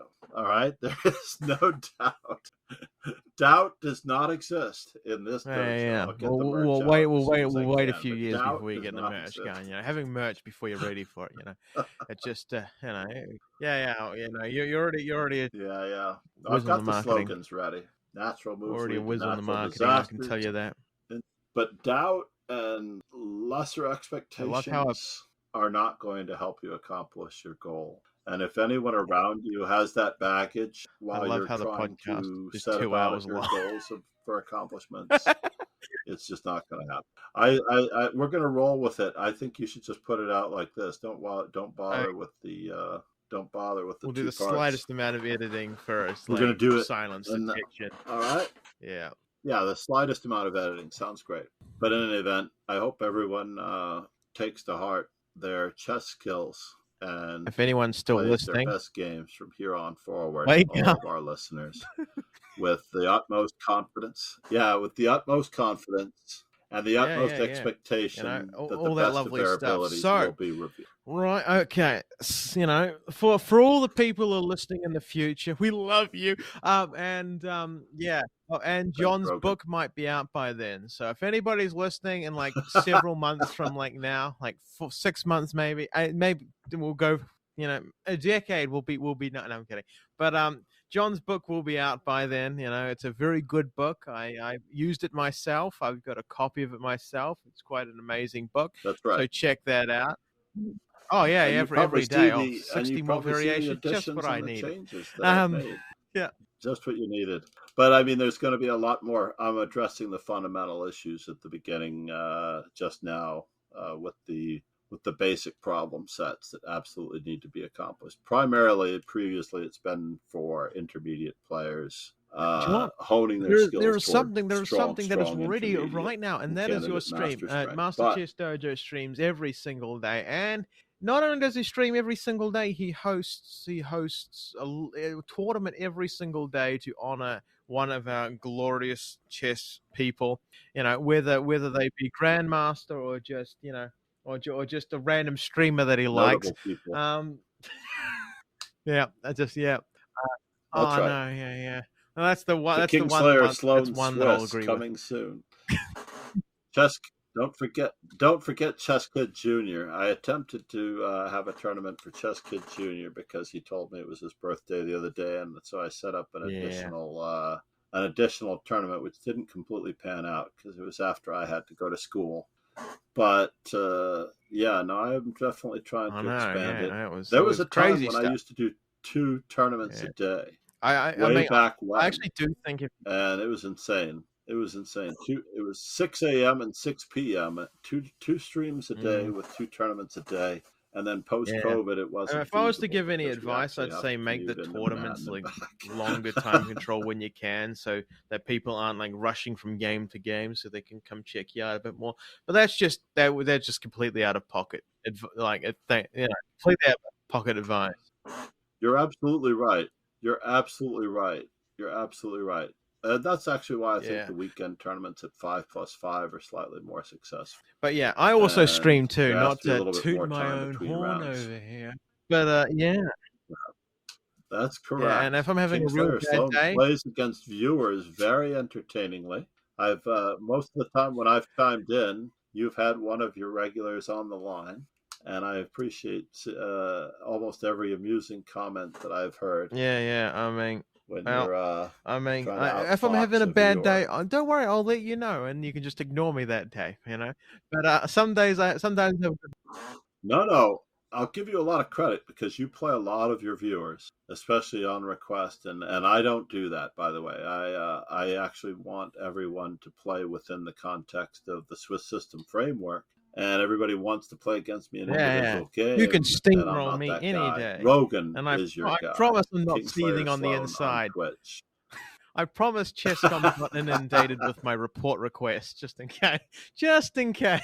Right, Yeah, it might be. I don't know. If he's got nothing to hide, he's got nothing right. to fear. There you go. That's my life motto, but which is a little bit Orwellian, but that's okay. Okay, so and also Chess Chopin not All here right. right now, but I do feel the need to say if you look up Chess Chopin, he is a music producer, and the little jingle at the start of this was most definitely his work. And what anything else? He also streams occasionally too on Twitch. And That is Chopin as the yeah, composer. If you're looking at the spelling, it's Chopin as the yeah, we composer. resurrected Chopin. Yep. Chopin, chess, We're Chopin, surprised all more one people word. haven't noticed, but yeah, but okay. We What did. else? Do we have anything else to say? Any things to tell these wonderful three people? Nothing except that I just would like everyone to approach every game with every level of expectation of success, and that we can only accomplish what we believe is going to be true, and that visualization toward success is key. And I know that every one of our listeners is going to accomplish their goals So in the near visualize future success through and also diligent visualize and determined defeat, and application be of their okay with skills. both. I mean, I mean, you got to be okay with You're both such things. a realist. If, no, obviously defeat Yeah, is well, part of the game, but I defeat mean, is designated for the opponent. I've come to the realization in my chess journey I may not be the main character, but yeah, but that's like, I hear you. yeah, In any event, have a good night, everyone, or a good day, depending on what time of the day you're listening to this. Thank you, Rogan, for all your hard work. This is going to be probably the oh yeah, longest probably and going to do best two chess parts. Part one podcast is one that hour. we Part have two, put out. no, okay, no, Enjoy, everyone.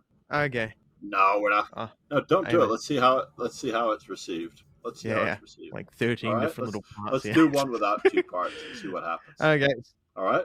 Let's go Yeah. for it. See you later, ladies and gentlemen. That way that there's no sequitur, and Yeah. we'll put a I time can't wait clock on 3 ourselves for hours. There next we go. time to make sure that it's a little lower. All right. Yes. Oh yeah. Also, we're making up for some long lost Oh, yeah. time. So if we do this a But little more you know frequently, us. I mean, we'll have a better chance. But my wife's working hours have changed, so it may actually be possible to return to our normal communication. schedule next week. I'm going to find out, and I will keep you impressed. We have a holiday weekend here, but she's switching jobs, so my grandson's That's all right. needs will be less intrusive. And actually, my streaming schedule will be less interrupted. Believe it or not, although Rogan has said that I stream every single day, since the Come on, Joe. start We of the don't do the school year, I podcast have on missed the a road. day here and there throughout the week because my because because my I mean, we're allowed to grandson lie. needs I to get mean, his it's we're breakfast not and I under need to oath get here. him off to school. No, but I did have I a think I have nice a streak streak of going 3 of like days. 60 days straight without missing a single day Yeah, I for mean, me I'll be needing like, to oh, sleep I'll just in. stream in the morning if I miss one here. If I'll Uh-huh. stream at night, I miss this one there.